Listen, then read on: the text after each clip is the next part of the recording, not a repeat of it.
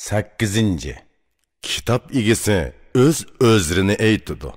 Ey olim dona, tilikim kelgusi avlodlarga tegishlik so'zlarimni qoldirish edi. Lekin bir fikir qarshi chiqib dediki, diqqat qil. So'zing xato bo'lsa, sana ziyon zahmat yetadi. Xalqning tili yomon, u gapingni qiladi. Kishilarning qiliqi hasadxo'r, go'shingni yeydi. Sapsilib qarasam, yukim yengilladi. O'zimga dedimki, so'zla, hamma so'zingni to'k. Nima uchun desang, sana aytay. Ey jasur qahramon, so'zimni anglag'in. İnsan yengiladiganligi uchun uning nomi yangliq bo'lgan. Yengilish, ya'ni yangliq inson uchun berilgan. Kim yengilmaydi? Mana aytib berginchi. Sana aytayki, yengiladigan kishilar tumanmingdir. Bilimliklar nihoyat az, bilimsizlar ko'p. Bilginki, idraksizlar ko'p, idrakliklar kam uchraydi. Bilimsizlar bilimlikka dushman bo'ldi. Bilimsizlar bilimlikka hasad qildi. Kishi bilan kishining zo'r farqi bor. Bu farq bilimdila ko'rinadi deyman. Ushbu so'zimni bilimliklar uchun so'zladim. Bilimsizning tilini o'zimmi bilmayman.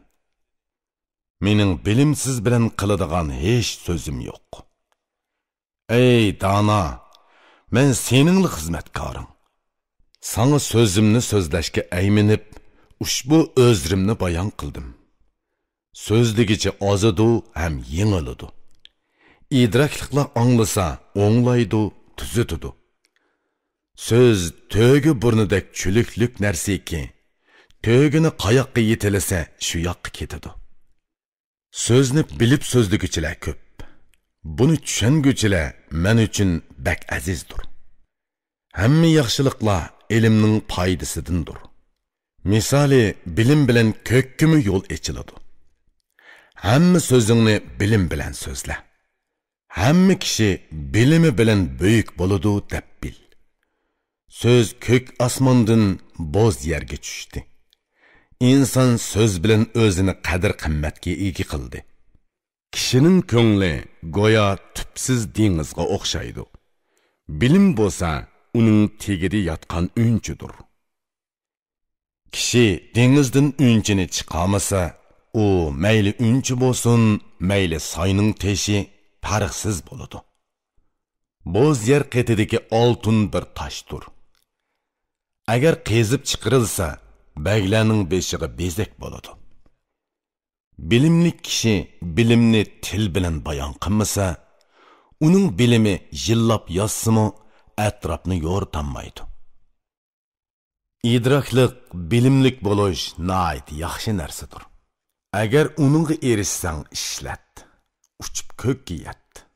İdrak va bilimning nima ekanligiga aqli yetgan al-yurt begi nima deydi? Angla.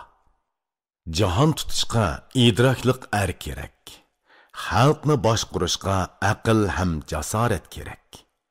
Jahon tutqichi jahonni idrak bilan tutdi. Xalqni boshqarg'uchi ilm bilan boshqardi. Dunyoga odam zoti to'ralgandan tortib, idrakliklar yaxshi qonun turg'izib keldi.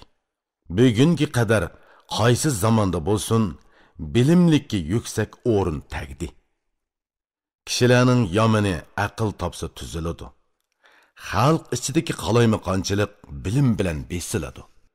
Bu ikkisi kor qilmasa, bilimni qo'yda, ondan qo'lingni qilishga uzatqin.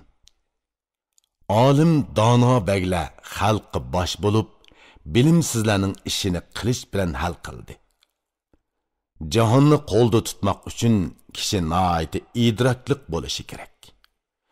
Xalqni boshqarish uchun kishi bilim bilishi kerak.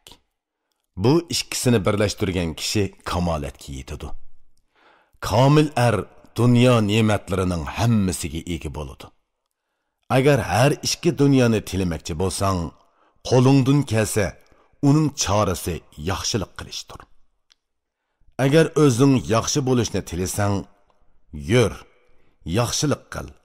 Boshqa so'zga hojat yo'q. Kishi mangulik yashamaydi.